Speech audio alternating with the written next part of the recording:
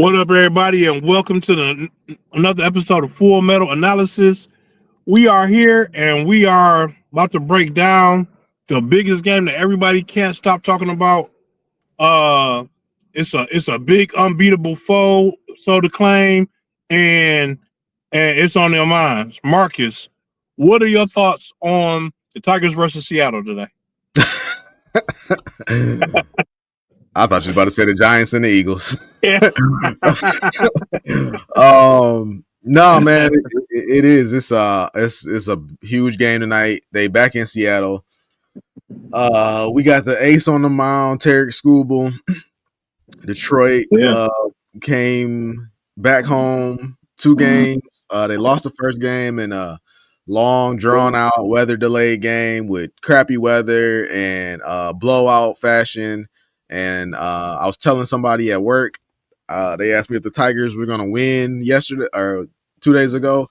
And I said, yeah, the Tigers are definitely going to win today. She said, well, why are you so confident they're going to win? And I said, the thing about this team is that all season, they would hit like the furthest rock bottom they could find.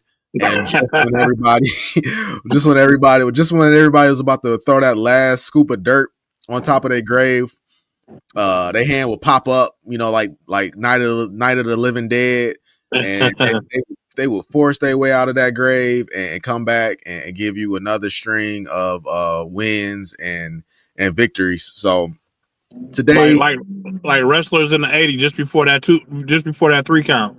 Yep. The Ultimate Warrior shaking the ropes, the Undertaker doing his patting his sit up, all of that, man. That's the Detroit Tigers. So this is a big game. They are back in Seattle. We got Tarek Skubal on the mound. The bats woke up. They put up 8 or 9 runs in the last game. I think it was 9. It was 9. I hope they pull it out, man. I do hope they pull it out. I don't know who Seattle has on the mound. We do have Tarek Skubal, so we're gonna need Tarek to put on not only a gem of a performance. I need him to go 7 innings, and I need them to put up 3 runs. And if I can get that, then I'll feel good about the game. So most of the time, the problem be not Skubal, not what Skubal does. Even though they did lose last game with him on the mound, but it be the innings after he leaves. So, like, let's say Skubal goes out and I don't know, best case scenario, he throws a no hitter for 7 8 innings, and then the bullpen. I don't know who the closer is going to be, but then the bullpen is just trash. Do you still think we can pull it out, or do we need some effort from our closers as well? Yeah. Well, you just got to go to the right guys. If Skubal could give me 7 innings, then you could go. You got Kahnle. I think it's Tommy Kahnle. I trust him. I don't know. We got Tyler Holton. He's a little bit up and down this year, but for some reason, I just like him a lot. And then they've been relying on Will Vest as a closer. And I was really down on Will Vest all season. And Will Vest was that player that everybody tells you they're good, and then every time you watch them play, they always do bad.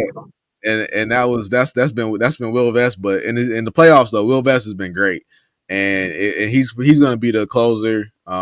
We had Finnegan, but he got hurt, and since he gotten hurt and came back, he the old age tale of I don't think he's 100%. So, but yeah, we got enough. We got a good 4 bullpen arms that I feel confident in that could get us through and seal the deal if the Tigers are able to put up enough runs. So that was going to be my next question. So all game long, all playoff long, we've been only putting up like 1, maybe 2 runs. And the other day, for some odd reason, we put up 9 points. What was the difference in those games and that last game? I heard that we were purposely playing small ball and put up that small score. Do you think we can actually come out and put up numbers if we just shoot if we chose to? People want more small ball, but the Tigers in their early success in the season were not a small ball team. They didn't have a superstar per se, but they had just a lot of guys hitting home runs and just making good contact, double, taking that extra base, stretching a single into a double. They were just a very aggressive team, and now the bats aren't making contact like they were early in the season. They eked out a couple of wins via small ball, but that one was pretty much just the bats woke up for that game. But again, that was a game where the backs were against the wall, all the chips were in, do or die, and that's where the Tigers respond the best. But in this game, both teams are in that situation, so I don't think that they're gonna put up 5 or 6 runs.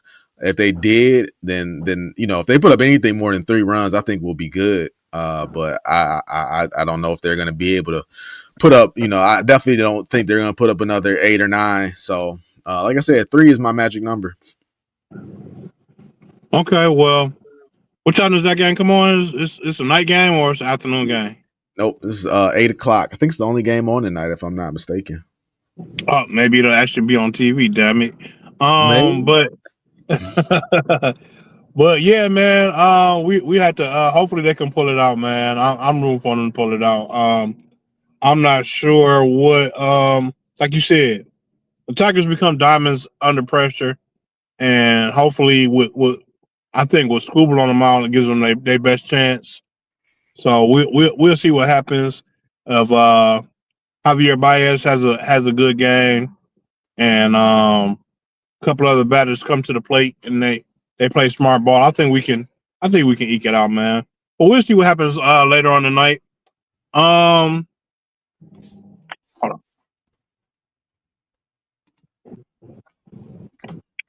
on. I'm sure we'll get into it later. But speaking of the Eagles and Giants, we can get into it and we can get into it later on. But the Monday Night Football last night was a very, very interesting game.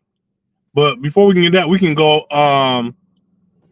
over the scores from last week. So small. Yeah, man. Last week was awful for me. I think for me too, man. It was below average for you, but it was awful for me. Hopefully if you watch our podcast and you are not a fan of me and everything I say, you'd be like, man, Marcus is wrong on everything. I'm gonna bet everything against what Marcus says. Man, you would have had a great week. The first game of the week was Thursday Night Football. San Francisco going to LA, taking on the Rams. Rams were giving 6.5. We were both on the Rams. I was under the impression that Brock Purdy was going to play, but he did not play. Ended up being the best backup quarterback in football today, and that is Mac Jones. He had no help out there, but he found Kendrick Bourne, who I think was good on the Patriots at some point in his career, but I don't know where Kendrick Bourne has been. But Mac Jones found him. He had over 100 yards receiving, and the 49ers beat the Rams at home. There's a lot of 49ers. I'm sorry, you were saying? No, I was saying there was a lot of 49ers fans there as well, so it wasn't really it wasn't a great home field advantage for the Rams. I've heard that the Rams are not a home advantage team. LA has so much stuff going on that nobody really cares about football like that. I mean, you'll probably see crowd in the Lakers stand before you see them in the Rams, especially with the Rams only have been there for a few years, so but yeah, man, it was a surprise that the 49ers won that game, man. I was shocked. I don't know what was going on with the Rams that game, but I don't know. I might have to admit that the 49ers may be a better team than what I give them credit for. So, yeah, surprise. Uh, where would you slate Puka Nacua as far as best wide receivers in the game? He's top 10. I'll put him up there with top 10. Okay. Because you got Justin Jefferson, Jamar Chase, St. Brown. I think I will put Malik Neighbors up there right now.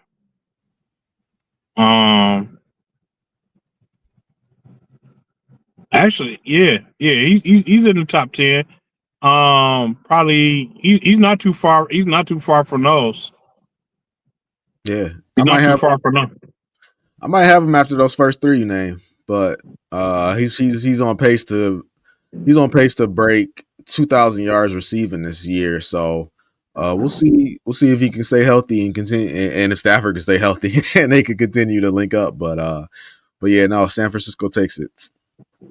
Yeah, it's hard to think of players off the top of your head. I'm sure there are more people that I'm just not thinking of right now. But yeah, he's not far out of the top 5. That's where I have him. Just outside of the top 5.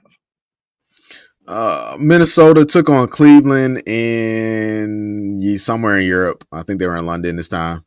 I was on Cleveland. You took Minnesota. I watched that game. This game set the table for my Sunday. I watched that game all the way up until Minnesota punted the ball with like 3 minutes and 13 seconds left in the fourth quarter, and Cleveland received it at their own like 20 with a 4-point lead, and like I said, 3 minutes to burn off the clock. And then I walked away from that game, and I came back, and somehow Cleveland managed to lose that game, and I was kind of done with football for that day.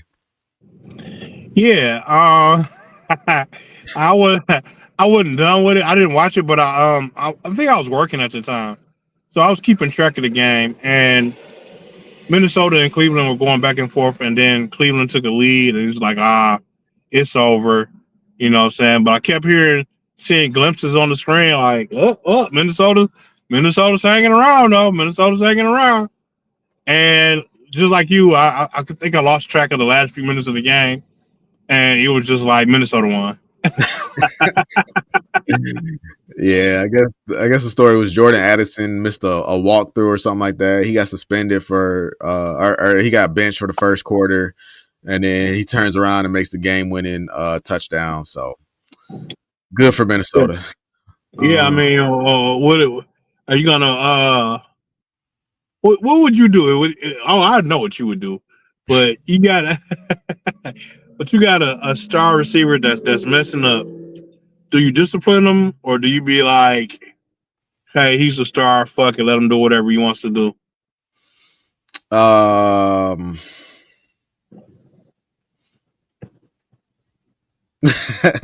If it was Justin Jefferson, I'll let him do whatever he wants to do.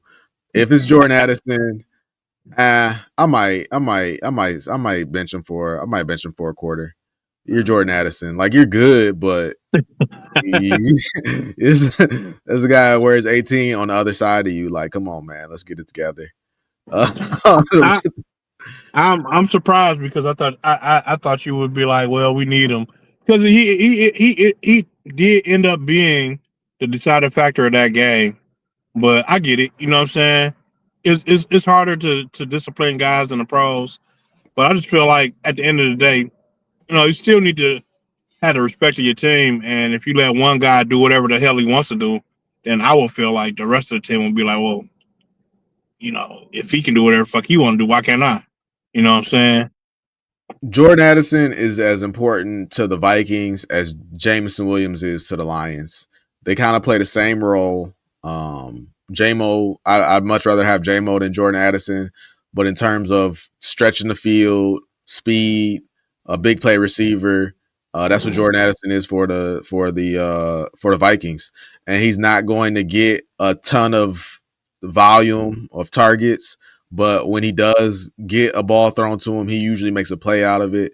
So if JMO did the same thing, I mean, we seen JMO, we seen with the what JMO had to go through to get to where he is today. So I don't got no problem with it. Yeah. And on the other side of the ball, man, in trade news, after losing that game, the Browns were fed up. They said enough is enough. We have got to get rid of old man Joe Flacco. And in the most parallel move I've ever seen in my life, they traded Joe Flacco to the Cincinnati Bengals. Any thoughts on good move, bad move? I don't think it was Cleveland per se. I think it was more so just Cincinnati being desperate, and Cleveland was the only team that had a quarterback that they didn't care about. I'm sure they much rather. I know I, as a Jamar Chase fantasy owner, would much rather them have gotten Russell Wilson or Jameis Winston, but I don't think the Giants were willing to part on them or on the terms. So I think Joe Flacco was the only guy that was like expendable. Even Kirk Cousins, like there's plenty of backups that I would have much rather seen than Flacco, but I think Flacco was their only option. They also traded one of their cornerbacks after that game to Jacksonville, which I thought was interesting. So, Cleveland is doing Cleveland things, man, and nobody understands, but not even that GM understands. Nobody understands but God. So do you think that Cleveland is giving up on the season and they're just essentially not officially tanking, but getting ready for next year? Nah, I think I read something where they were just like not happy with the cornerback's performance. And as far as Joe Flacco, it was like, Joe Flacco had no more use. Like that was it. And they got so many quarterbacks that they got to get off that roster because Deshaun Watson will be back at some point, and they still got Shador and they got Dylan Gabriel. So they already got rid of Kenny Pickett, and Joe Flacco was just, he's already been benched, so you're not going to bring him back after being benched. So he was just taking up a roster spot, really. So this new quarterback, this new rookie, man, how do you think he does? They're going up against I think they're going up against Pittsburgh. Do you think he comes and he steals the show? Or have you seen him play in college? He played with Oregon, so like Oregon, Oregon. Usually he played that game like he did at Oregon. The only difference was he didn't have the most dominant offensive squad on the field at the time. Right. But it's that Oregon just grabs really good game managers and they just follow the script to a T. And they just have great offenses, and they just keep the offense on track, and that's what he did in this game. I don't expect a lot from him. I think he'll just. I don't think he'll do anything to lose the spot. Barring injury, I don't think Shador is going to take that spot from him. I think he's just going to continue to do what the Cleveland offense can do, and that's the best thing so far that we've seen is hand the ball off to Quinshon Judkins. Yeah, that's a solid plan because the rest of your team is trash. I mean, except for your defense, but the rest of your offense is trash. Yeah. But yeah, man. Okay, well, we'll see what happens with the Browns moving forward. Like you said, nobody knows. Nobody knows what the Browns are gonna do. It keeps the people going. Las Vegas Raiders went to Indianapolis to take on the Colts. We were both on the Colts. The Las Vegas Raiders are a dumpster fire right now. Geno Smith is playing terrible football. The Colts went on and took care of that game, got the victory. Yeah, man. Geno Smith had his redemption years. I mean, it was a flash in the pan. It lasted while it lasted. There was a reason he was on the bench for so much longer, for so long. He came back out. He had his redemption moment, and then the Seattle saw that it was over. They got rid of him for a reason, And I don't know, the Raiders should have saw the same thing, but the Raiders are a rebuilding team. They got a rookie wide right that I like. And Genty. So eventually they're going to be some along with Max Crosby. Eventually they're going to be some. They just need to add some pieces on, and I think you'll start to see a resurgence in the Raiders next season. But they've got to get rid of they're gonna have to get rid of Geno. Yeah. Quarterback would be a good thing to target this offseason. Definitely. The New York Giants went to New Orleans to take on the Saints. And now we just knew that the New York Giants were going to win this game. And I can't even talk bad about them because we have a crystal ball in this scenario. But lo and behold, the New York Giants lost this game to the Saints 26-14. I don't know what to say about this game. Yeah, I mean, even going into the game at the time, I got to say at the time because, like you said, we do have a crystal ball into it. But at the time, man, I felt like it was a trash bowl.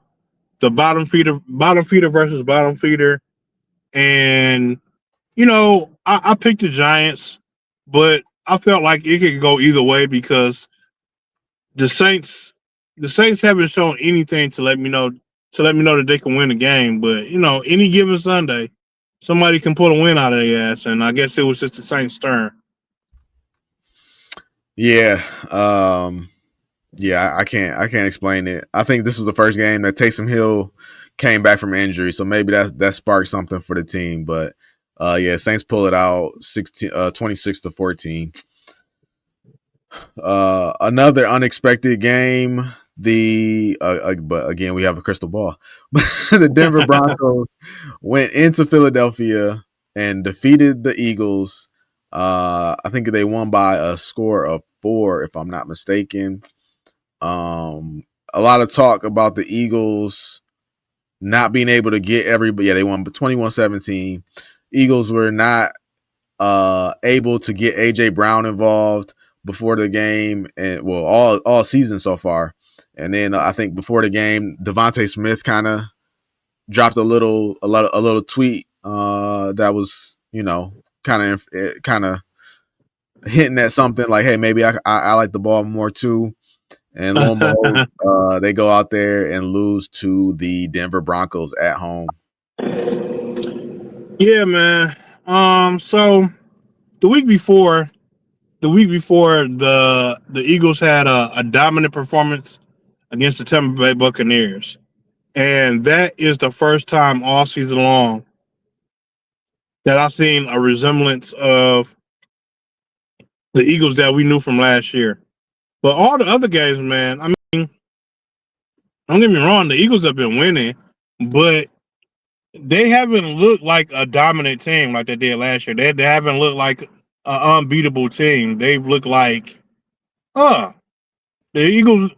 I don't know. The Eagles might lose this game, and then they come through and win. You're like, oh, okay, there you go. Yeah. But they haven't been the team that last year that you said that you think nobody can beat this team. And the Broncos can be pretty good when need be.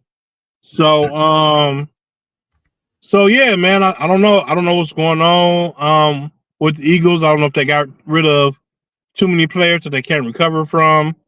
For some reason, they're not getting Saquon Barkley involved in the game as much as he should be. So yeah, man. It's a surprising loss, but not so surprising. Speaking of not getting people involved like you would expect them to, 15 carries for 33 yards and 1 touchdown. If you told me that stat line, I would say, oh, you're talking about old Nick Chubb. No, that is not old Nick Chubb's numbers. That is old Derrick Henry's numbers. Derrick Henry finished the game with 15 carries, 33 yards, 1 touchdown. No receptions. The the Houston Texans went to Baltimore to take on the Ravens. I despise the Houston Texans, but this is back-to-back weeks where they've dropped, I believe, over 40 points. The Baltimore Ravens, no Lamar Jackson, put up zero fight at home. Cooper Rush, I had a little bit of respect for coming into this game, and all he did was go out there and throw 3 interceptions. um, uh, is there any hope for the Baltimore Ravens this season, or might as well just pack it in? Yeah, there is hope for the Baltimore Ravens. But like I said, I think I said it was either last week or the week before last. The Ravens are going to lose the next 4 or 5 games, and so first off, we broke the Ravens because the Ravens look like a completely different team before they played us. And we broke the Ravens, and we definitely broke Derrick Henry because he hasn't looked the same since the Lions game. Like, he came into the Lions game a different man, and he left out whimpering and crying, and he's yet to get that confidence back yet. But no, the game after we played the Ravens, they suffered a lot of injuries. Playing, I think it was the Chiefs game. They suffered a lot of injuries. Most of their defense is hurt, and Lamar, and most importantly, Lamar Jackson got hurt. The Ravens aren't going to win any games without Lamar Jackson. I mean, you take that defense away, you might be able to, do something, still do a little something with Lamar in the game. But with Lamar out, they won't win the game until he comes back. But when he does come back, which I think should be either this week or next week, I feel like they'll pull their bootstraps up and they'll start winning again. Will they make the playoffs? It's going to be a stretch, but if they can come out and put it together like I think they will do, because like I said, you saw it at the beginning of the year. They were going toe to toe with the Buffalo Bills, and then they blew out the Browns, which is not saying much, but you still blew them out. So if they can get some resemblance of those first 2 or 3 games, then yeah, I think they'll pull something together. Will they go far? Not this year. This year is not in the cards for them. But I still think they can make the playoffs. If I'm a Ravens fan, I'm telling them to shut it down. Give Lamar an extra couple weeks off. I mean, he come back at some point, but let's just see how far we could fall in this draft, and maybe we could get a elite edge rusher in the top 10. They got a elite edge rusher. They got the guy we wanted. Yeah, well, he's not doing it this year. They got him on that Lions rookie plan over there. All right, the Dallas Cowboys went to the New York Jets. Jets were at home. They were getting 3. I don't know about you, but for me, this was a pick with my heart. I really do want to see AG get his first win, but after getting blown out by the Cowboys, I don't know if it's in the cards, man. I don't know if it's in the cards. I don't know how it's going to work out for AG. I know people are saying pump the brakes on all of that talk, and I'm not going to fight people that are saying pump the brakes on that talk. I'm just saying in the here and now, the Jets are 0-5, and I don't know where you go from here. Yeah, man, it's not looking good. But what I will say is, I feel like losing is contagious. The Jets had an unfortunate start to their season. I think their best chance to win was that first game, and after that first game, they lost a little something. Also in that Chargers game, they had a chance to win that Chargers game, and they got their hearts ripped out from at the last moment of the game. And I think that just adds up and wears and tears on the team. So I feel like if the Jets can get one win, I mean they're not going to make the playoffs or anything, but if they can get one win, it will turn them around, and they can start back on a good path. But they got to get that first win, and as of right now, it's not looking too good. So we'll see what happens, man. I wish Aaron Glenn all the best. Um, I was actually hoping that Aaron Glenn would have a better season than Ben Johnson, but it's not looking like that's in the cards. No, it's not. Yeah, they could keep on keeping on. Justin Fields had an okay day, 32 for 46, 283 yards, 2 touchdowns. So I can't put it on Justin Fields, but their defense, Jets have always been gotten a lot of accolades for their defense, and we talked about how they never really impressed us, and they're still doing the same thing. They're still getting accolades, but they're still not stopping anybody. Right? Yeah. Yeah. I mean, when they first got Sauce Gardner, I think that was the defense that everybody saw, and everybody just kept believing that. But that was the end of it. It was maybe that first year, but after that, after Sauce Gardner had his Defensive Player of the Year moment, the defense took a major decline after that. I wouldn't even say. I wouldn't even say after that. Maybe the next year, because the next year all they had was what's his name, Mark, I can't even think of his name right now, but you know what I'm talking about. The quarterback. Yeah, the quarterback. They got stabbed. He got Mark stabbed. Sanchez? The Sanchez? No. But the second year Sauce was there. What's his name? He's from BYU. Zach Wilson. Zach Wilson. Yeah. They had Zach Wilson this the second year, and the defense held Zach Wilson down. Zach Wilson was just so horrible that they couldn't take advantage of it. And then after that year, the defense took a major decline, and they haven't. You keep hearing how good they are, but you never see it. So.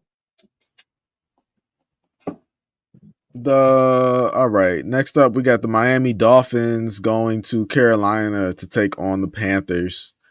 Your Carolina Panthers were getting 1.5 at home. I said that Miami was going to turn it around without Tyreek Hill. They started this game off so well, and this was another game where I just walked away, turned my back, tied my shoe, and I looked up, and the Miami Dolphins lost another game. Yeah, man. The Miami Dolphins are hit and miss right now, man. And I mean, Tyreek Hill is not the receiver that he used to be, but taking away from that team doesn't help. You know what I'm saying? You know what I'm saying? If you take a player off of that team, if you take a Tyreek Hill off of that team, even though he's not the number one receiver anymore, it's still not going to do you any favors. So yeah, and the Panthers are a decent team when they're not shooting themselves in the foot. You take away Tyreek Hill, you insert Darren Waller. Darren Waller has been on fire since he's come back to the NFL. Finished his game with 5 catches for 78 yards and 1 touchdown. Jalen Waddle had a good game, 110 yards, but the real story of the game was my guy. I know Carolina is holding on to Chuba Hubbard, and that one day Chuba Hubbard will be something. But Rico Dowdle got no love for what he did in Dallas last year, and he got shipped off to Carolina. And I said, man, Chuba Hubbard gets hurt every year. So it's a matter of time until it happened again. And it happened. And Rico Dowdle got his opportunity, and all he did was carry that ball 23 times for 206 yards. So wow. Shout out to Rico Dowdle. Tampa Bay went to Seattle to take on the Seahawks. Seahawks at home, they were -3. We were both on the Seahawks. But man, can't count Baker Mayfield out. You can't. Yeah, man. Baker Mayfield is having a season, man. He's he's slightly dangerous. Like it's like you're not you're not scared of the Tampa Bay, like, oh, they're gonna come in and beat our ass, but it's like that, like if you come up on a guy like that guy, if you're gonna fight a guy, you're not scared of him, but it's kind of wily. You don't know what he's gonna do. You know, you're weary of him because he's sporadic. You know what I'm saying? It's like, oh, is he gonna come from over here, over here? Like if he just stays still, I beat the hell out of him, but I don't know what he's gonna do. And that's how I feel about Tampa Bay, man. Tampa Bay are winning games, some games that I'm not sure they should win, and but they're a solid team, man. They're a solid team, and in moments where you think they're going to lose that game, they pull through, man. Baker Mayfield is going an extra mile to win these games. I don't know how sustainable it is because when you see what happened to the Lions last year when we were going all out to to win some of these games, and your body can only hold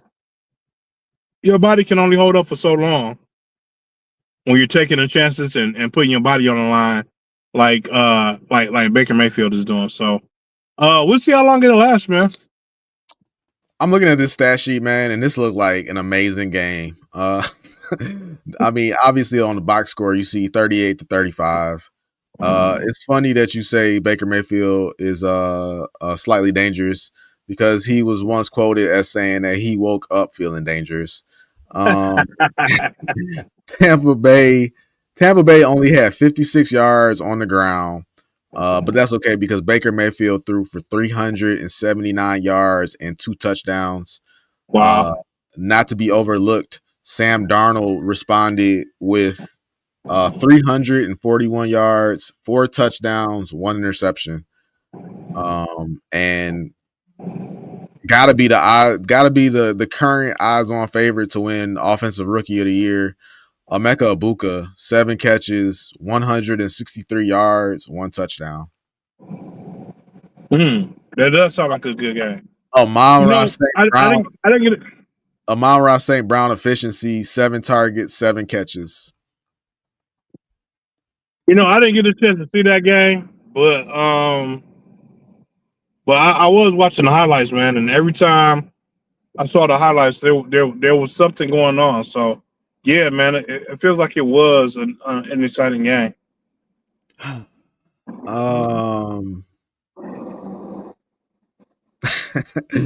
The Tennessee Titans travel to Arizona to take on the Cardinals.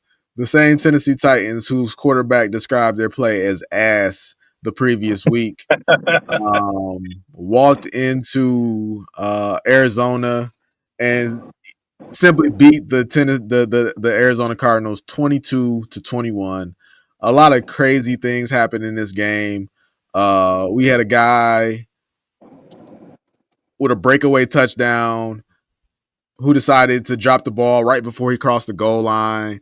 A coach fined $100,000 for berating said player for dropping the ball as soon as he crossed the end zone.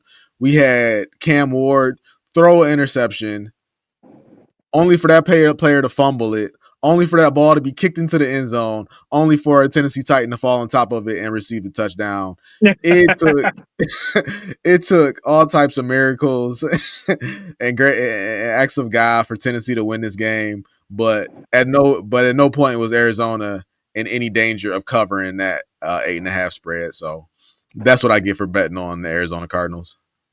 Hey, that play was designed by Cam Ward, man. He threw that interception on purpose, knowing the guy was going to fumble the ball and that they were going to dive on it. Just like they drew it up. Just like they drew it up. Man, that's why you a number 1 pick. IQ like that. Your boy Marvin Harrison Jr. 2 yards away from 100 yards receiving. Next up, he could have got that. He could have got that 2 yards. When you speak it. He could have got that 2 yards, but rumor has it he just didn't feel like it.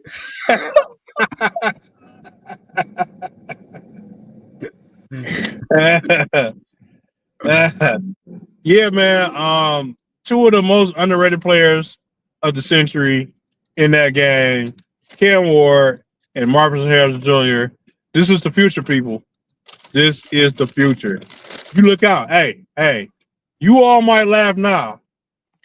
You just wait. This is the future. The NFL will be going in the same direction as the NBA.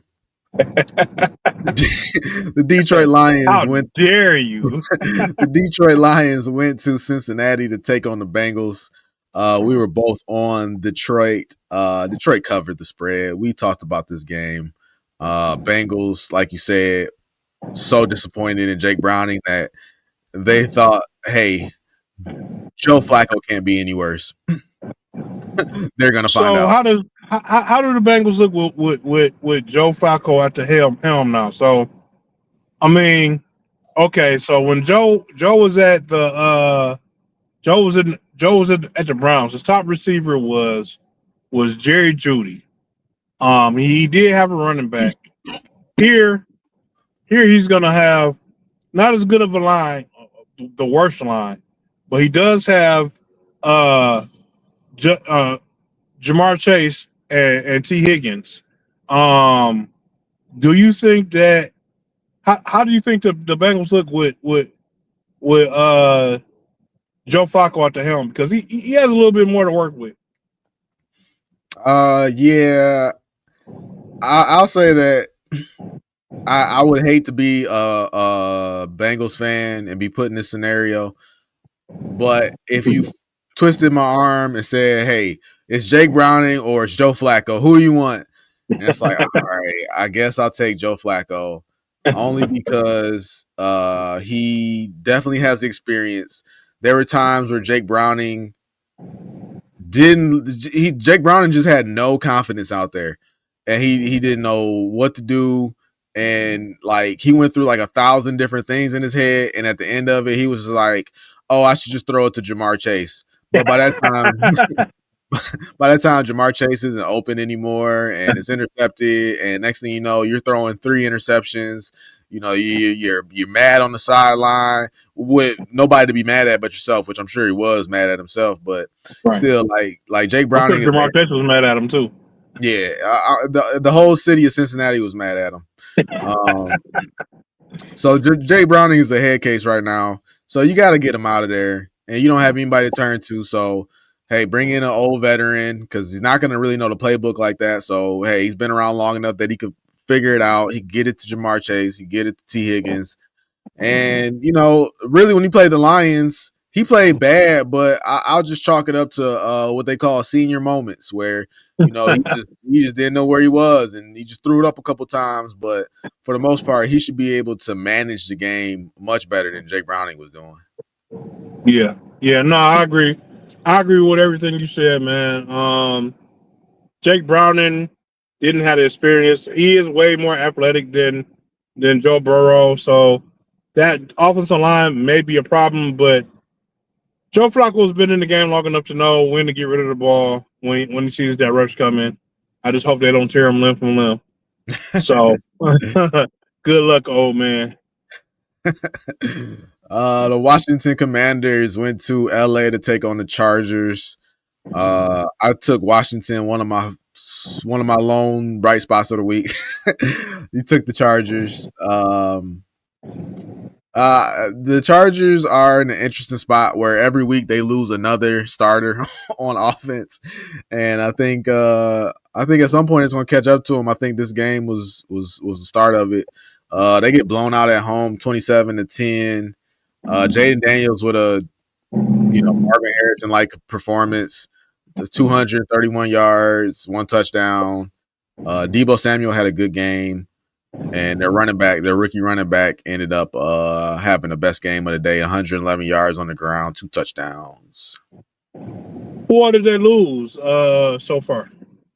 They've lost 2 starting offensive linemen and 2 starting running backs. I'm sorry, one starting running back. I can't remember who it was, but they lost their starting running back.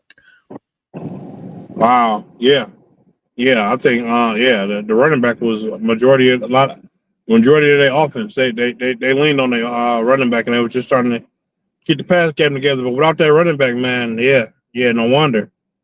That's interesting. That's interesting moving forward in my future picks. All right. Real quick, just to answer your question. Ooh, and Quentin Johnson is questionable for this week, but yeah, no, they lost Amari Hampton. That was their and Najee Harris. Wow. And Khalil Mack. Jesus. Wow. Khalil Mack's been out though. He's Khalil Mack's been on injury reserve. Najee Harris was put on injury reserve at the beginning of the month. And then they just put their rookie running back Amari Hampton on injured reserve. They lost their starting left tackle, I think, Joe Alt, and they lost their center. During training. Their other starting tackle. They lost him during training camp. So yeah, the injury's starting to catch up to him. Yeah, man. I thought you were going to say these guys are out for a game or two. Like all of these guys are going on injury reserve. So essentially, all these guys are out for a month. Mm-hmm. Wow. Yep. All right. Speaking of things we didn't see coming, the New England Patriots went to Buffalo. You called him out, and all he's done is respond ever since. I guess fatherhood. I'm sure he was already a father. But being a newly crowned father, Stephon Diggs returns to Buffalo and puts up 146 yards receiving. The New England Patriots defeat the Buffalo Bills 23-20.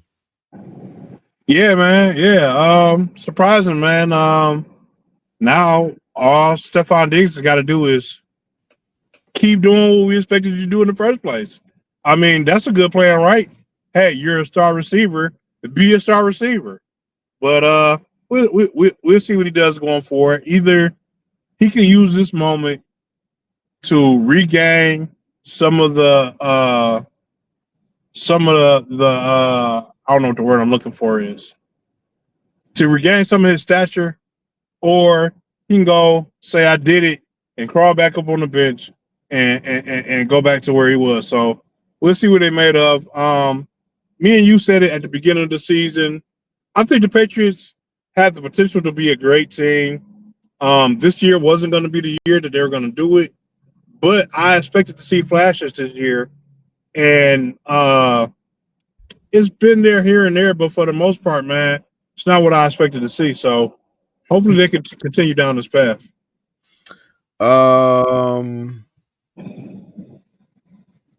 Might not, it could be a coincidence, might not be a coincidence, but I do believe this was the return of Christian Gonzalez. Had a great impact on the game. 6 catches, 6 tackles. He's credited for 1 pass deflection. Every time I saw the game, especially on that final drive where Buffalo was trying to make something happen, they was trying to say that he was holding my man, but Christian Gonzalez was all over that field. So I'm happy to see him back out there. Right. Last game, another unpredictable game, shocking game. The Kansas City Chiefs traveled to Jacksonville. We were both on the Chiefs, but man, Jacksonville Jaguars, all they do is win. All they do is get takeaways. Beat the Chiefs by 3.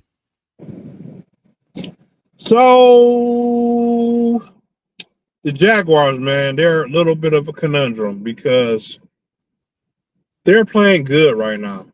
They are playing good right now, and I don't want to take anything away from them because they've looked good.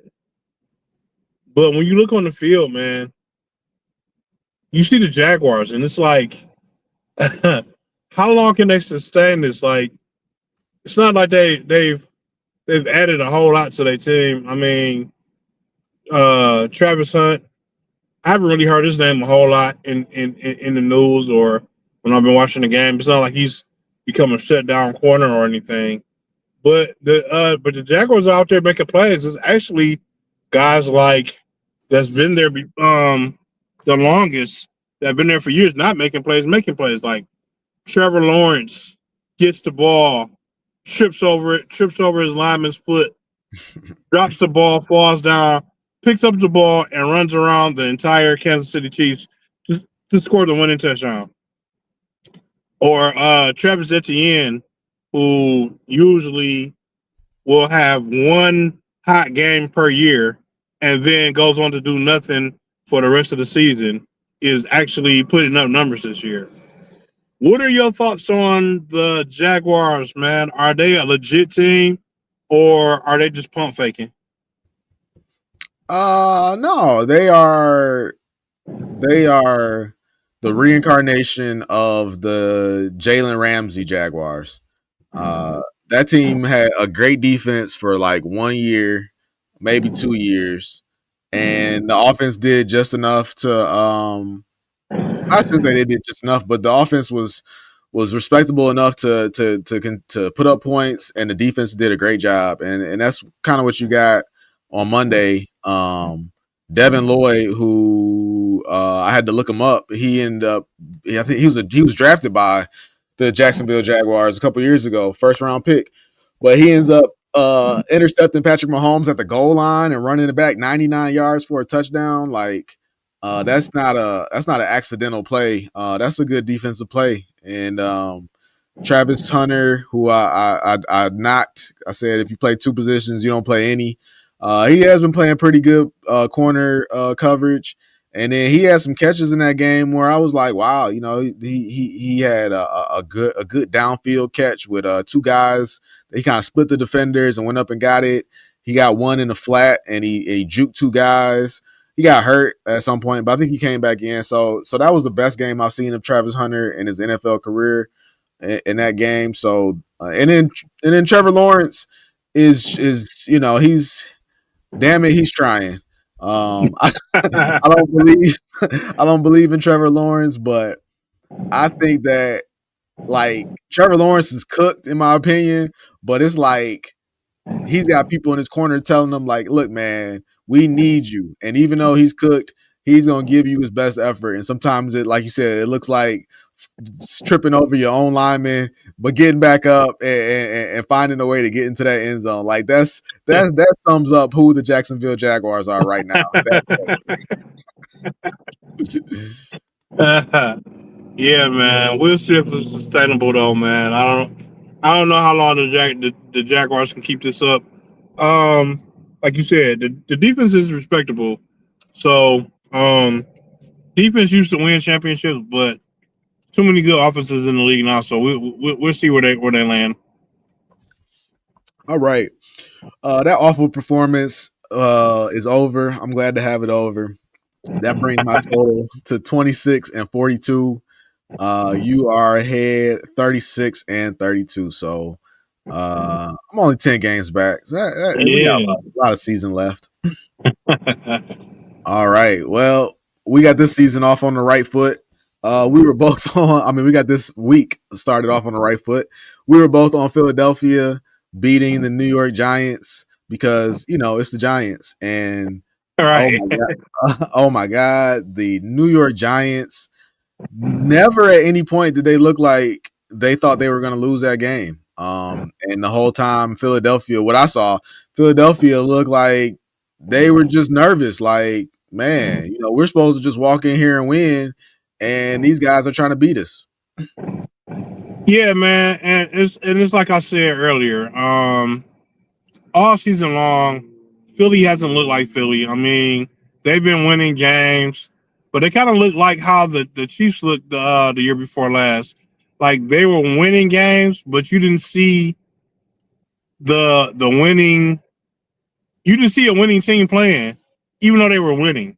And that's how I feel about Philly right now.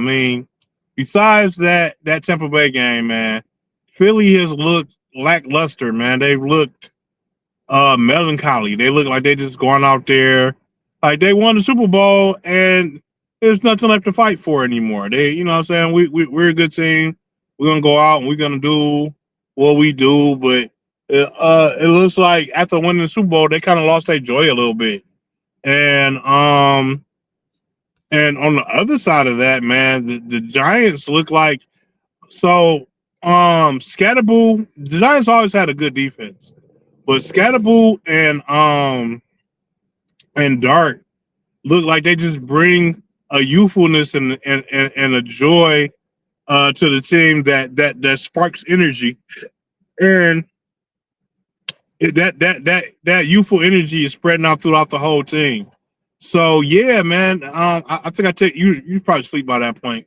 I texted you last night. I was like, if they keep playing the way they're playing, it's looking like the Giants are gonna blow out the Eagles, because the Eagles were just not in it. They didn't have an answer for anything. They just were just going through the motions. And you see it on the other side, Scatterboo and Dart just high five and the defense all over Hurts. He was running for his life out there, man. And they just seemed so energetic. I think the Giants would have had more points, but at some point in the game, Justin Dart took himself out of the game to go into the injury tent for like 2 series, and I don't think they did anything on those 2 drives. But yeah, man, they probably would have scored more. So yeah, surprise game. I had to keep my eyes on the Giants and see what comes off of Scatterboo and Dart, man. Seen flashes before, but last night, look, they came into their own. I think the Giants are the worst franchise in sports, but on that night last night, it must have felt good it felt good. I'm sure it felt good for anybody who was a Giants fan out there. And they deserve that win. They deserve to finally beat Philadelphia. Saquon Barkley, I was totally convinced Saquon Barkley was going to come back in there and remind them what they were missing out on again. But Saquon had a pedestrian game, and gotta give him the ball. And so Jackson Dart last night, it looked like the Giants cloned Baker Mayfield and released him onto the field, because Jackson Dart was out there making throws that you don't see a lot of quarterbacks have the tenacity or the fearlessness to make. Like, they were and his receivers were rewarding them for taking those chances. They was talking about it, they just signed Lil Jordan Humphrey from the practice squad, and like on one of the first drives of the game, Dart aired it out 30 yards downfield for a little, Humphrey had to stop his route and just go up and go get it, and he did, but that was pretty much a 50-50 ball, and he threw a lot of 50-50 balls last night. I mean, they were really 75-25 balls because the placement of the ball was great, but I think going forward, those will go down to 50-50 balls, and you will see some interceptions. But last night it worked out great. And as far as Scatterboo,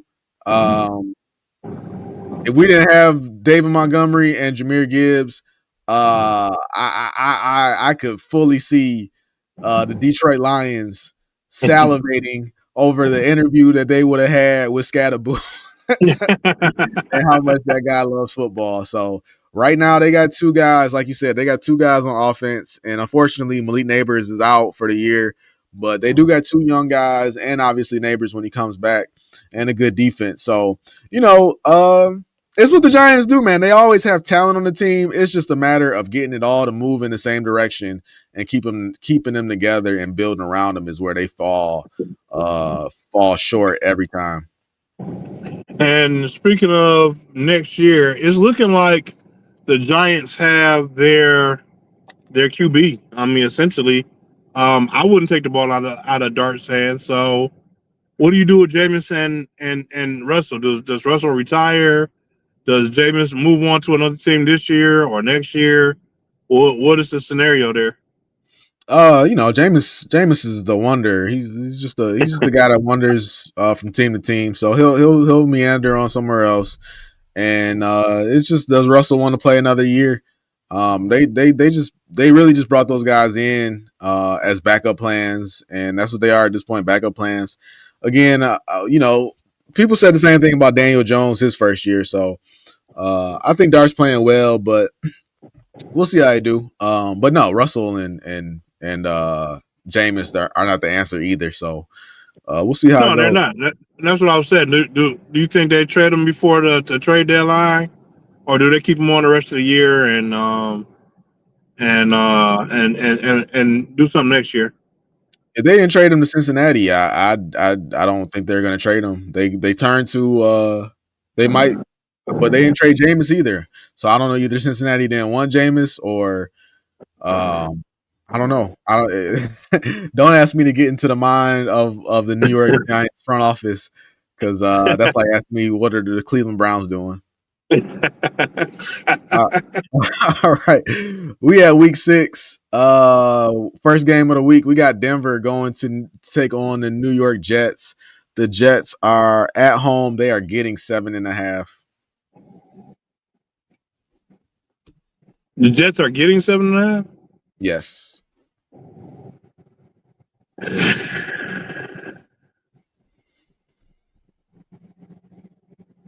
Damn, man. You know what, man? I'm gonna take the Jets, man. Everything in me says to take the Broncos, but you know, I'm gonna go against the grain with with 7 points. I think they can pull it out, and I'm rooting for AG to get his first win. So this gonna be the pick I made with my heart this week.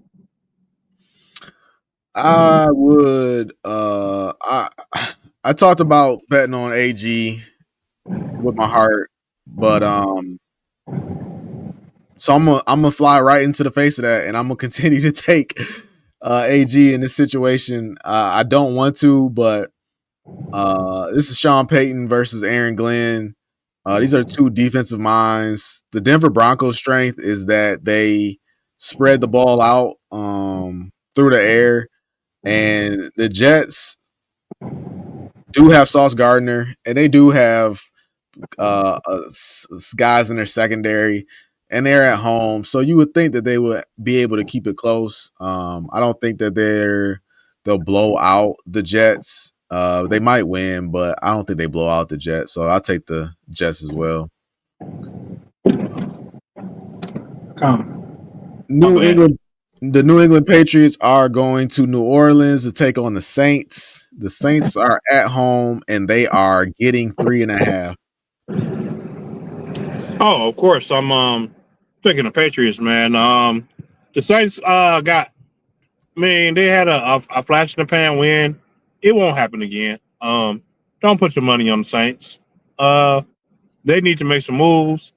They don't have a cap, so they can't make any moves, but they're old as dust, man.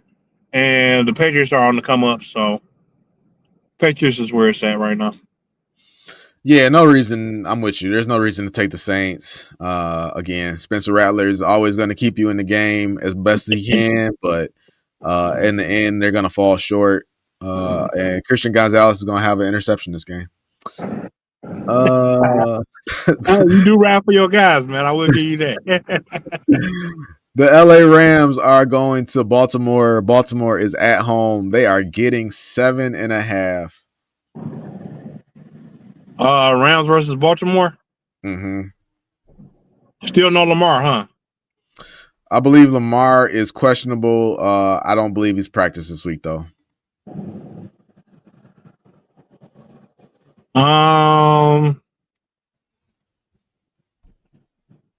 I'll take the Rams. I'll take the Rams for now.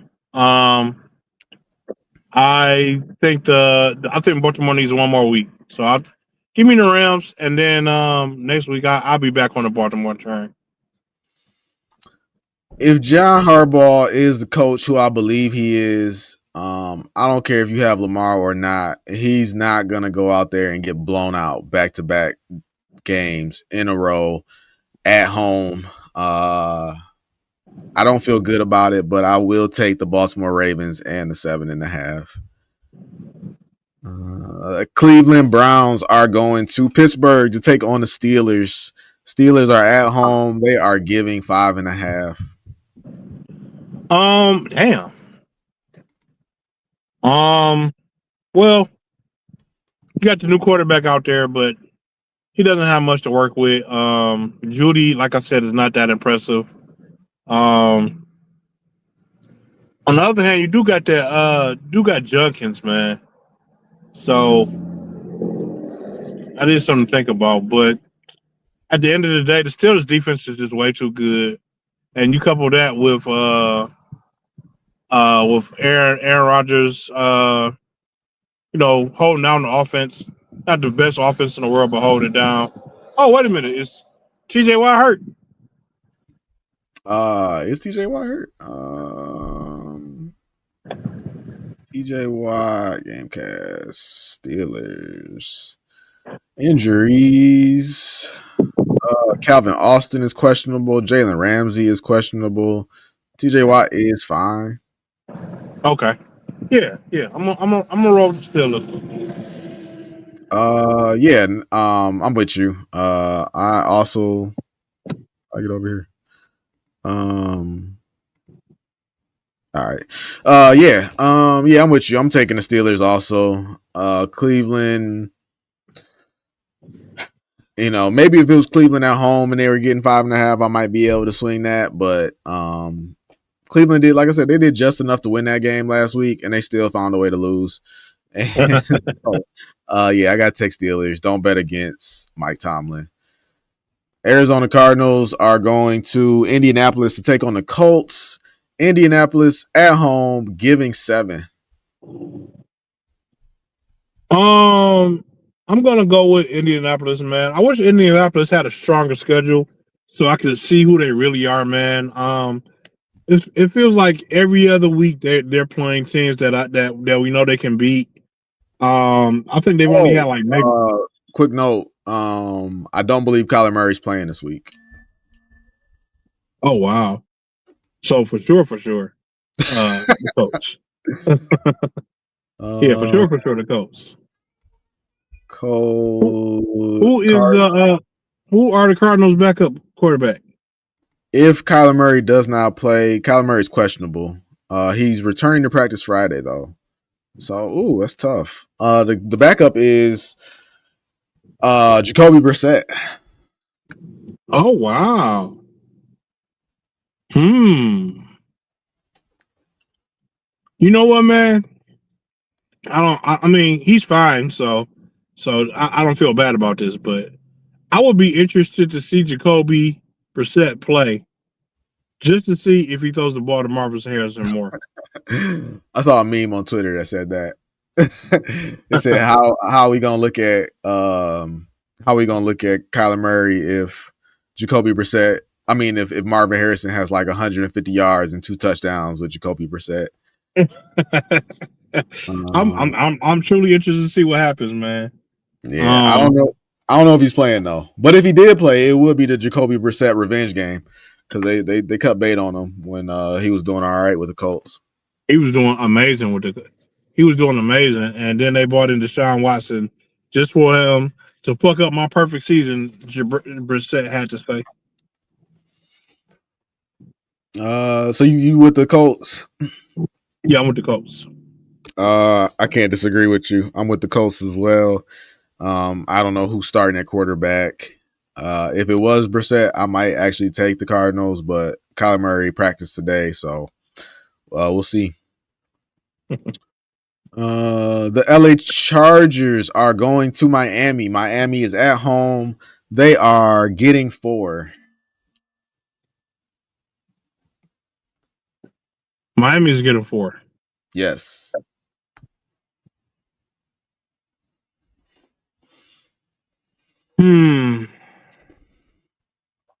So my instinct tells me to take the Chargers, man, but the Chargers have let me down the last 2 weeks. And like you said, they got a bunch of injuries, man. So if they were full strength, I would definitely take the Chargers. But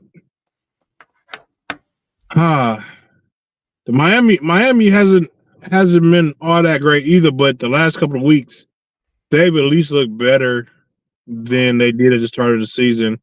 And even though they're missing Tyreek Hill, to your point, Darren Waller came in and had a hell of a game. So I'll take Miami with the 4. I was all gung-ho on Miami last week. I just knew that at some point Tyreek Hill was a problem, and they would play a lot looser and look a lot better. And for 3 quarters, I was right. And then in that fourth quarter, they decided that they had proved enough, and there was no need to finish or win the game. So, like George Bush says, "Fool me, can't get fooled again." Give me the LA Chargers. They got to win again at some point. Seattle Seahawks going to Jacksonville to take on the Fighting Jaguars. Jaguars at home. They are plus 1.5. Still no respect for the Jacksonville Jaguars. None at all, man. Give me the Seahawks. Like I said earlier, man, the Jacksonville Jaguars, they look all right, man. They look pretty decent. And you know what I'm saying? Lately, I'm sure there have been a lot of people that's lost a lot of money dealing with the Jaguars the last couple of weeks. But at the end of the day, man, I still see the Jaguars. They do have a good defense, so I respect them a little bit more than I did at the beginning of the season, but not that much, man. So yeah, no. Give me the damn. Who are we saying again? Seahawks. Seahawks. Yeah, give me the Seahawks. Plus, Kenneth Walker, man. Kenneth Walker, Jackson Smith, and Jigba. Those guys, when you see them play, man, they're almost unstoppable out there. They are almost unstoppable out there. But Kenneth Walker had a bad game last week. I picked Seattle solely last week off the strength of Kenneth Walker, and he had a pedestrian game. I looked at the stat sheet. They said he didn't fumble it, but I swear he put the ball on the ground. Regardless, this game is really a toss up for me. I can see it going either way. Yeah, I can see that. Like you said, Jared Goff was notorious for having 2 bad games a season. Sam Darnold had 2 bad games at the end of the season. And I think 3 if you count the playoffs. I don't remember how he did in the playoffs, but I know. Yeah, that was the second one. He lost to the Lions and then he lost to the Rams. So I don't think he'll play bad this game, but coming off of the game he had before, it's a great letdown spot. And I think Jacksonville has an opportunity to take advantage of that. And their crowd really showed up for that Monday Night Football game. So, to hell with it, man. Give me the Jags. I'm not mad at that pick though, man. Like honestly, I respect the Jags a lot more than I did. This game, I know. 1.5 isn't anything at all, but honestly, this game is a pick 'em. Yeah. Dallas is traveling to Carolina to take on America's Panthers. America's team versus America's Panthers. This should be the game of the week. The Panthers are at home and they are getting 3. As the Panthers are at home, at home getting 3. I am gonna roll with the Panthers, man. So Dallas has looked better the last couple of weeks, man, and the Panthers, like I said, they can be a good team when they're not shooting themselves from the foot, man. Both teams are suspect as hell. If both teams were playing any other team, then I would pick the other teams in both scenarios. But you're forced to pick one here, so I don't think the Cowboys got up for the Green Bay Packers that game, and I don't think they have it in them again. So give me the Panthers. Yeah, man, I gotta agree with you. Still no CD Lamb. The Cowboys are leading the league in passing yards, but as long as Carolina can lean on what they did last week, which was run the ball, This is a Rico Dottle revenge game. So just lean on Rico. Let him carry that ball, open up some holes for him, and keep the ball out of Dak's hands. And that's your recipe for at least to cover the 3. I'll take the Panthers. All right. Oh my goodness. The Tennessee Titans are traveling to Las Vegas to take on the Raiders, and the Raiders have the nerve to be giving 4. Wow, they're giving 4. Even with that situation, man, I gotta take the Raiders, man. The Raiders are just a better team than the Titans. This is the same scenario as last. Any other, if both of these teams were playing any other team, I'll probably pick the other team. But you got to pick one, and the Raiders are the better team of the two. Like you said, man, it took all type of miracles for the Tennessee Titans to win that game last week. and miracles aren't a dime a dozen, man. So when Ashton Jeanty gets going, he can be a threat. And I can never remember that rookie receiver's name, man. But they receiver, man, that receiver they have is pretty good. You just need Geno not to mess it all up for him. And with Max Crosby hunting down the quarterback, yeah, I feel confident in taking the Raiders, even with a +4. The +4 is a little much. +4 is a little stretch, but I still feel confident in it.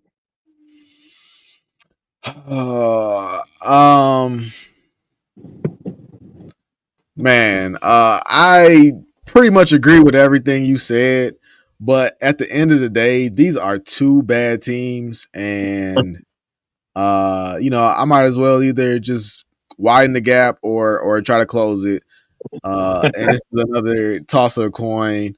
I agree with everything you said, and in a normal world, I probably would take the Raiders, but Tennessee, I could also see a world where Geno Smith continues to play bad football and he gets booed out of the building, and we go into the following week with Las Vegas flipping over tables and looking under chair cushions trying to find a quarterback to try to get the team back on track. So I will take Tennessee, and I'm just going to hope that their defense can show up and find a way to make Geno Smith give them the game. Hey, somebody going to flip over a table for the year. I'm just going to get caught on TV. It's going to be Tom Brady. The San Francisco 49ers are going to Tampa Bay to take on the Buccaneers. Buccaneers are at home. They are giving 3. So another team that surprised me this year, man, are the San Francisco 49ers, man.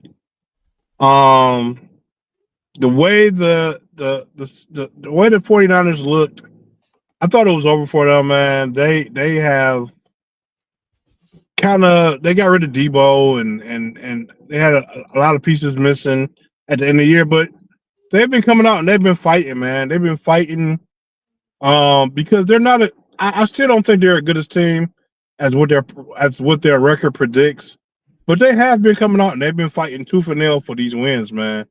And you got to respect them for that. But with that being said, they don't have enough in the tank to take on Tampa Bay, man.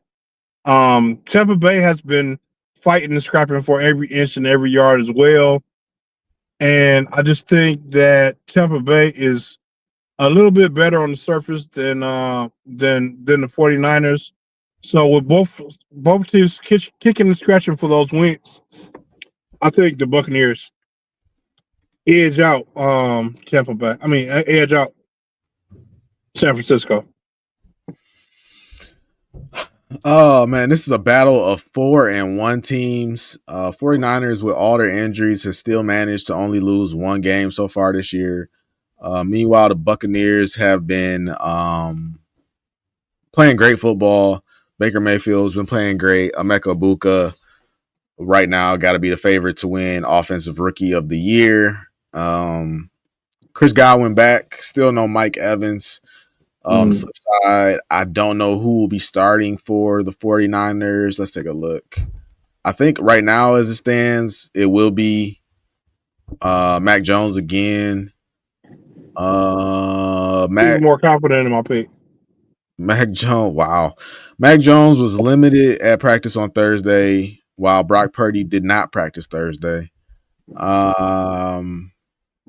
It's just when I look at this injury report, it's just way too many questionables. So I'm not even gonna play with it. I'm with you. I will take Tampa Bay as well.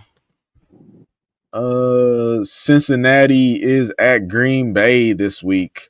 Joe Flacco playing the Green Bay Packers, they said, for the second time in like 2 weeks. Cincinnati, has Green Bay lost any other games besides to Cleveland? No, that's it, right? I mean, a tie technically a loss. Green Bay is at home and they are giving 14. The Bengals. Give me the Bengals. 14 points. Yeah, I'll take them 14 points all day. Joe Flacco's already beat Green Bay, so you give them a few more weapons. Now don't get me wrong. The Bengals will have to come up with a plan for Micah Parsons because he's going to be all over Joe Flacco, and Joe Flacco isn't the most mobile quarterback. But like I said, Joe Flacco's already beat Green Bay once this year.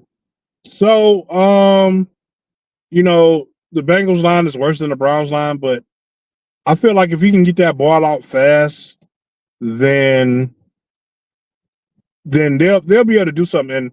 And so far, Michael Parsons hasn't been in the entirety of the game. He plays about 50% of the plays. So those plays where he's not in will be a golden opportunity for Joe Flacco to hit Jamar Chase deep. So yeah, 14 points. I'll take those odds.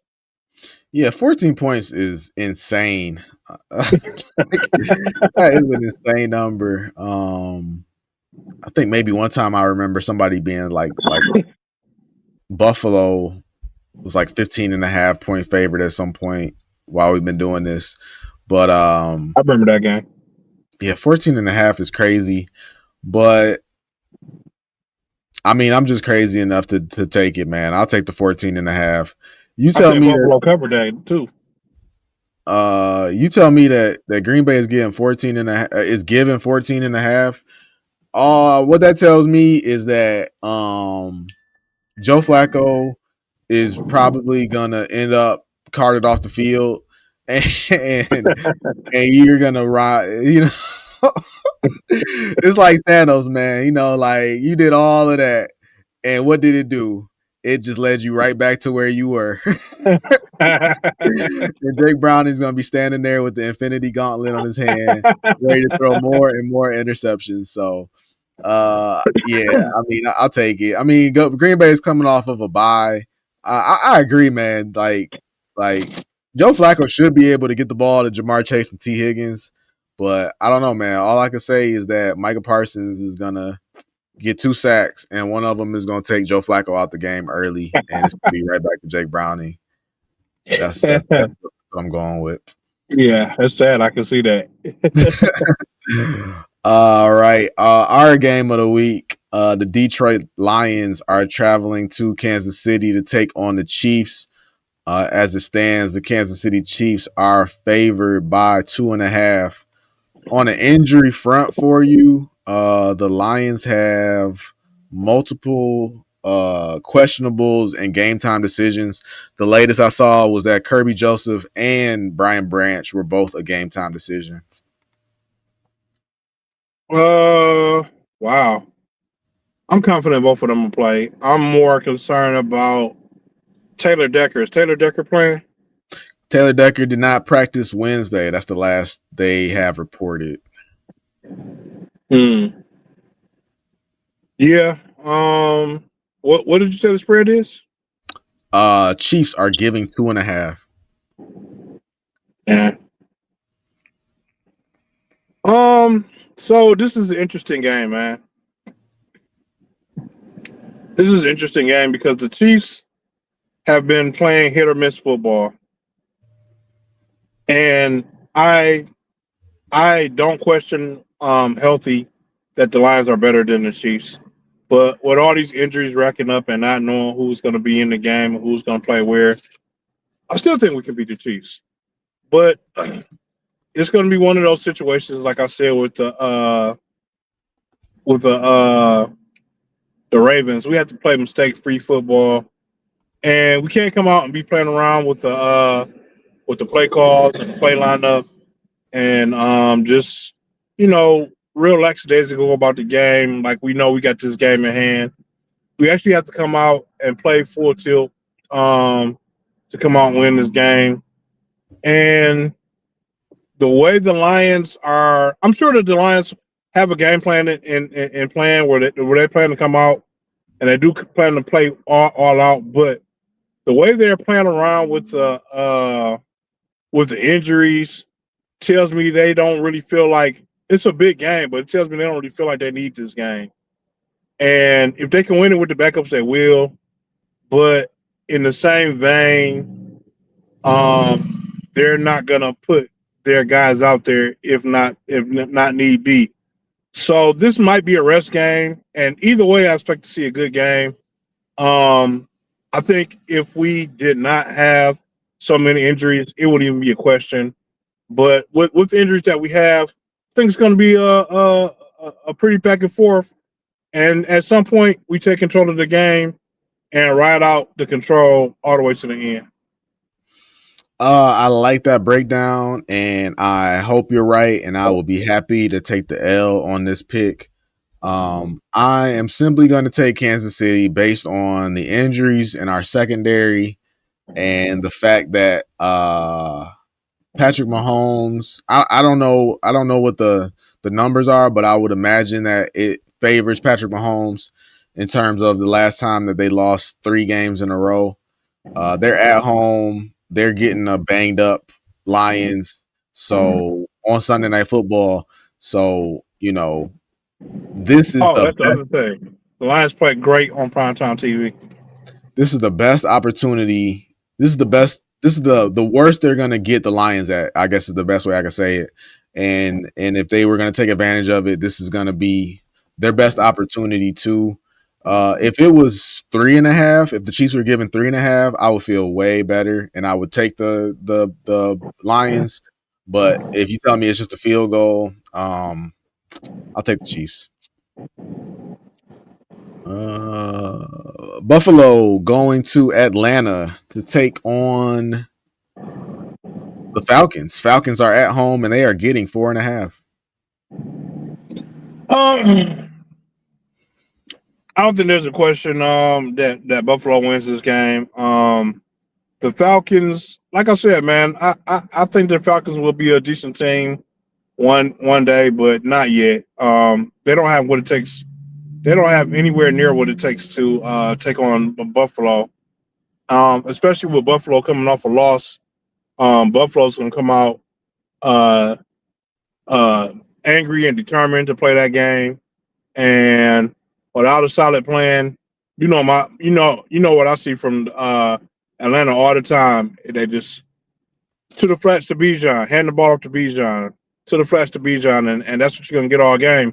And you just can't win games like that, especially against a fearsome team like Buffalo. So even with the 4 points, Buffalo blows out Atlanta.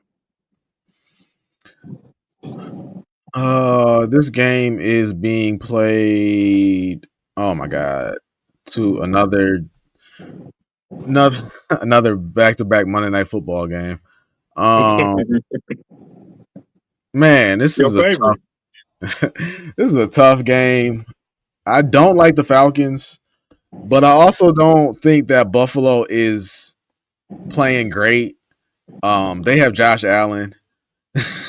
Another Marvel reference. Like, they got an army, and like we have a Hulk. um, I would like to take the Falcons with the points at home. Monday Night Football. Oh man. Yeah, that's the end of my story. I'm gonna take the Falcons with the points. Monday Night Football. They've had a whole bye week to prepare for Buffalo. Like you said, Buffalo is coming off of a loss. They're on the road Monday Night Football, and we're gonna see what they do. We're gonna see if they can feed off the energy. I don't like them winning the game, but at the same time, the same way I talk about Spencer Rattler, like there are some quarterbacks who I don't think are there talent wise, but they are there uh, in terms of determination. And no matter what the chips, no matter how far he's down in the count, Michael Penix is going to continue to fight and try to give his team an opportunity to win. Obviously, so with Josh Allen, but I'm just hoping that Penix can keep it close. I'm not so confident. Huh? So I'm not so confident.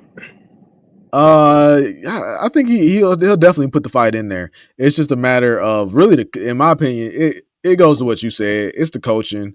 Raheem Morris is Yeah, kind exactly. of he's kind of on the hot seat.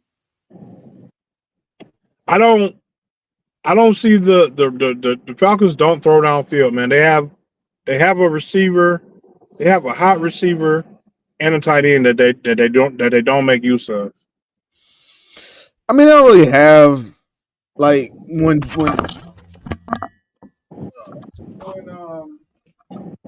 Joe Flacco, not Joe Flacco. Who was that? Kirk Kirk Cousins. Cousins. Might as well be Joe Flacco. Kirk Cousins was getting the ball downfield when he was starting, but I mean, the guys he was throwing He to was. were Darnell Mooney and I don't know, man. He was getting the ball down the field to guys off the streets, and Drake London is more Amon-Ra St. Brown than he is Justin Jefferson. So I mean, they don't really have a guy like that. So I'm not mad at the offense per se. It's just a matter. I'm not even saying that you got to air it out to throw long bombs, I but feel like that's exactly just throw upfield. what are not throwing to him in the flats? Like he's London literally runs like St. Brown routes, like just little intermediate routes. And then I Kyle would Pitts, be happy with those, but I don't see him. I don't see him running those routes. I don't see them throwing to them at all, man. I see Kyle Pitts might get one or two receptions a game. I'd be forgetting Drake London is even in the game. yeah, Kyle Pitts has been in the doghouse since his rookie year. He hasn't taken off like they expected him to. He's almost a Eric Ebron type. But yeah, no. To your point, yeah, basically, I'm looking at the stats, and yeah, Drake London is way down here in terms of Bijan Robinson is one spot ahead of Drake London in receiving Yeah, yards. yeah, Bijan has because they Bijan, throw the Bijan all the time, dog. The plan when they come out is Bijan, Bijan, Bijan. Bijan has one more yard than Drake London. Hey, hey, the Atlanta Falcons coaches, name me five of the top running backs in the NFL league. Bijan, Bijan, Bijan, Bijan, Bijan. What I'm saying, man, this is what I'm saying. Like they, well, I can't say it like that, but I mean, Drake London is slightly better than, well, he's tied with the Sam Laportas of the world. He's got 8 more yards than DK Metcalf, 20 more yards than Travis Kelce, and Khalil Shakir. Like, yeah, if you told me, but last year, I mean, to your point, last year Drake London was a top 5 receiver in the league, top 5, top 10, something like that. So, yeah, they could definitely give him the ball more, but I'm not necessarily worried about Hey, his look, involvement. I think it's more of here's an idea. My bad. I think it's more of a Michael Penix comfort level. Listen, here's an idea. I think that Bijan Robinson is a great running back, and it might be a little bit harder for me to focus on Bijan if I didn't know that he was getting the ball 85 out of 90 times in the game. So I'm keying in on Bijan first and foremost before everything. You know what I'm saying? Because that's your main weapon. So defenses know if we stop Bijan, we stop the Falcons. So if you spread that ball even a little bit, you know what I'm saying? I'm not saying that Drake London has to be your number one target, but if you just throw it to him a few times a game, switch it up a little bit. Every now and then, throw the pits. You know what I'm saying? Make the defense think that there's another option somewhere else you might attack. Then now I'm second guessing. Like, should I focus all my energy on Bijan? And not only do you make the defense second guess, but you give Bijan a little bit more room to be explosive because you might take him off guard. Oh, they did go to Bijan this time. So I don't know. That's where I'm at with it. Yeah, I just honestly the only thing that's changed, like last year, Drake London was 4th in the league in receiving yards, and the only thing that's changed is Michael Penix. Michael Penix from Kirk Cousins. So I mean, I feel like Kirk Cousins agreed with everything you're saying, and I think Michael Penix is more conservative than Kirk Cousins is. Because I wouldn't expect that the coaching philosophy from last year to this year changed that much, other than they just say Kirk Cousins is not the guy, which I don't blame them for saying that. I think we just need to see a little bit more from Michael Penix. Is where I can meet you at. I think that the coaching has I can't even say a rookie quarterback because he's been there, but essentially a first year quarterback, and they won't let him throw downfield. Maybe, yeah. I mean, that goes to what I said we saw from Jackson Dart. Like the throws Jackson Dart was making were not rookie quarterback throws, and not in the sense of like the talent level of making it. It was just like, no, if you're a rookie, your coach is not gonna let you make those throws, and those are like the no yes type throws, So yeah, I mean, yeah, it could be coaching, it could be the quarterback, it could be a number of factors. We'll get a good opportunity to see it up close and personal on Monday night, though. Well, it depends on which game you want to watch because they're gonna have 2 games on at the same time. It probably won't be. It probably won't be that one. Speaking of 2 games on at the same time, the Chicago Bears are going to Washington to take on the Commanders. Commanders are at home. They are giving 4.5. Jaden Daniels is back. Jaden Daniels is back, allegedly. Allegedly. He played last week, but he didn't do a whole lot. Yeah, man. I'm gonna take the Commanders, man. I really just don't have a lot of faith in the Bears. I feel like the Bears are a team that is able to squeak by if you let them stay in the game and you keep them around. But if you go out and take care of business, I think Washington is a sustainable enough team with a good enough defense and offense that can be pretty formidable. They're just not consistent, man, and I think that's the only problem with Washington right now, and their inconsistency. But on a good day, which I think they'll have against the Bears, um, they'll be any team. The Bears, on the other hand, um, make a lot of mistakes, man. They make a lot of mental mistakes, and uh, they've had a chance to I don't know, maybe correct some of this against some of these weaker teams that they've been playing.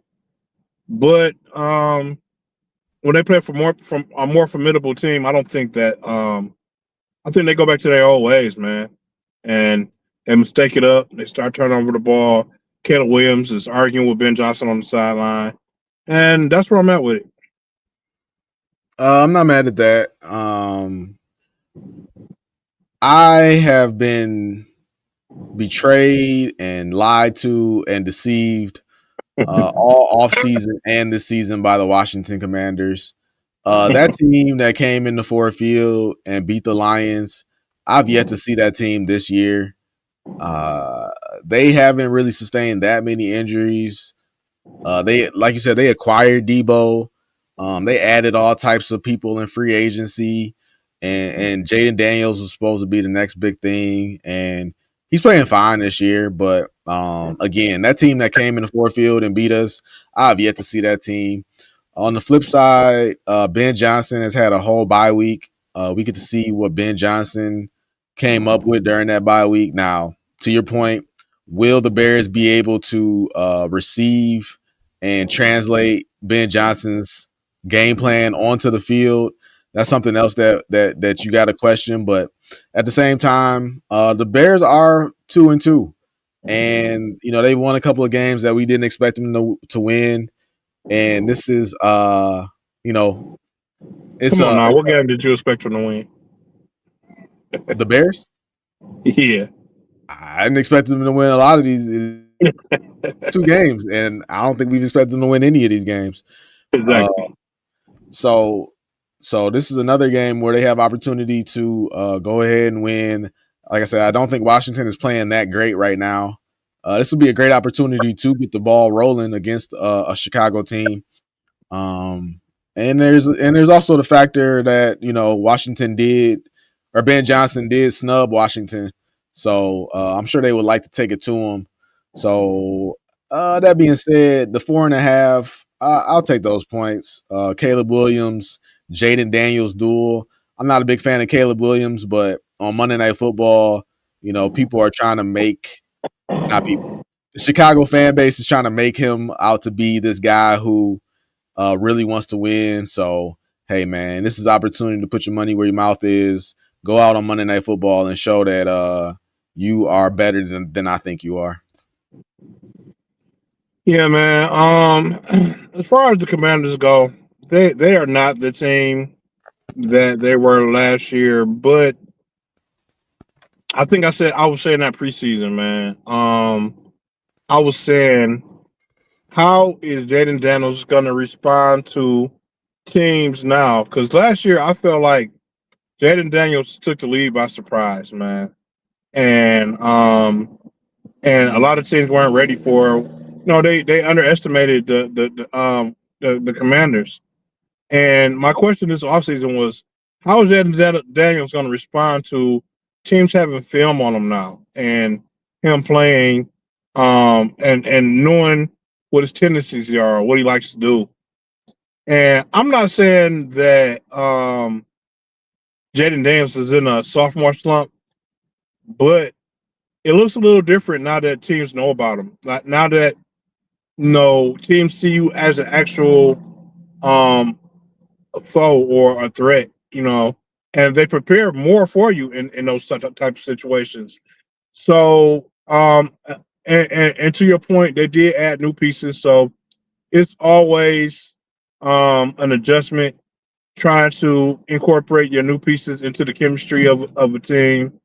So, and I thought that we were better than the Commanders last year. I just felt like we made too many mistakes, golf specifically, but we just made too many mistakes and we couldn't recover from it.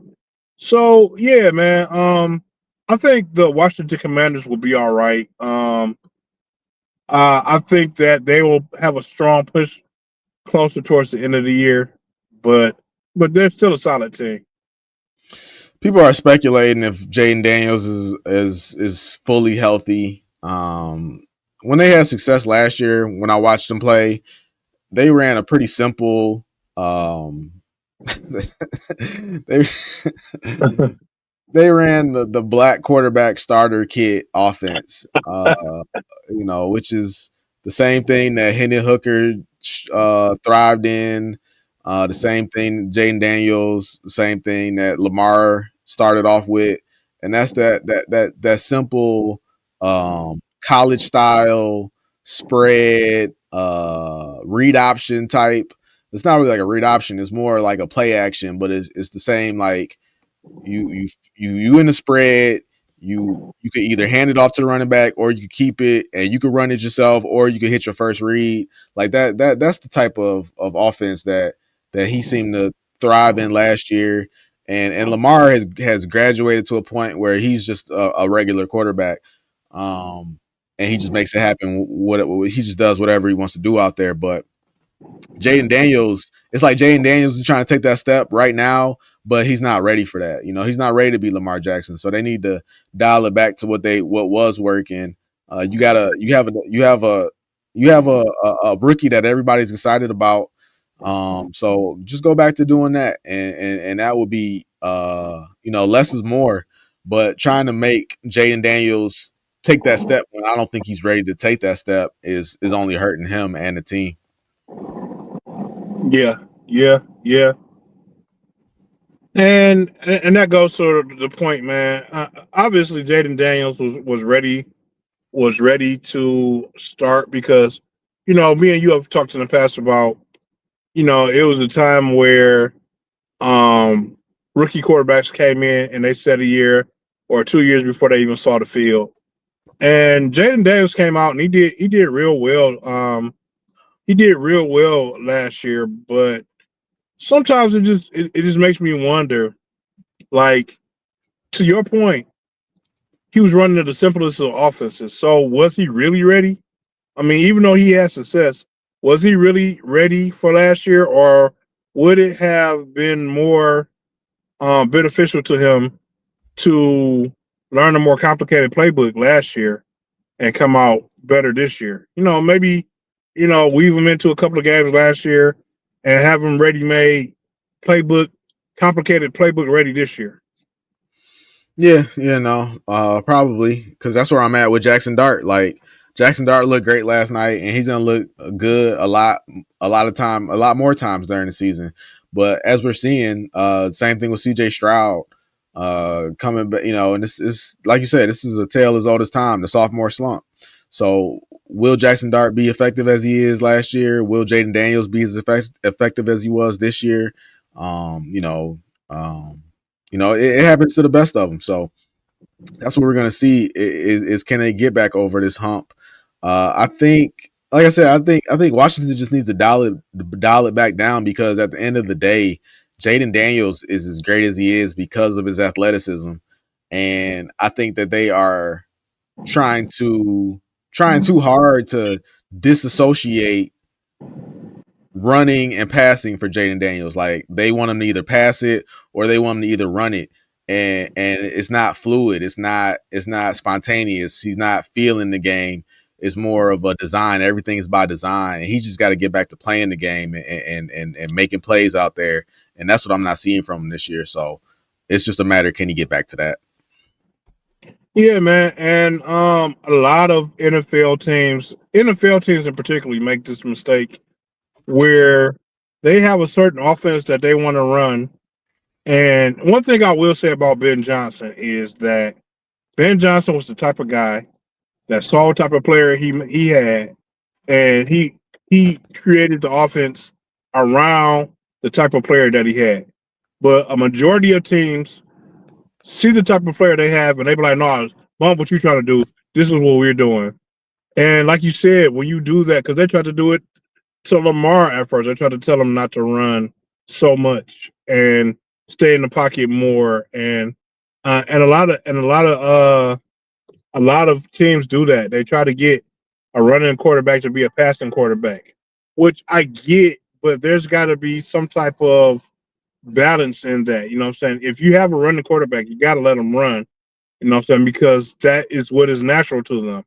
You know what I'm saying? Now you don't want them to run over every situation, and the balance is teaching them every situation is not a run opportunity. See what you can find first, and then use your legs. But a lot of people try to go so much against the grain. Like for instance, with Hendon Hooker, we saw that when Ben Johnson was there, and they had plays more tailored to his style of play, he did more.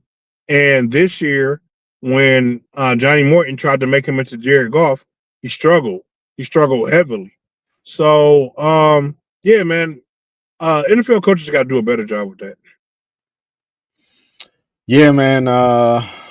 Yeah, that's the type of those are that's what makes a great coach, and the people that are able to adapt, they see success, and the people that are not eventually lose their jobs. So we'll see, we'll see. And speaking of adaptation, we're gonna see if the Tigers are able to adapt to whatever the situation calls for tonight. Games on at 8 o'clock. As far as week 6, we got our picks in, and we're gonna see how it goes. Yeah, man. Hopefully the Tigers can pull it out. I expect a strong game from them tonight. And with that being said, I don't have anything else for today, man. Go Tigers.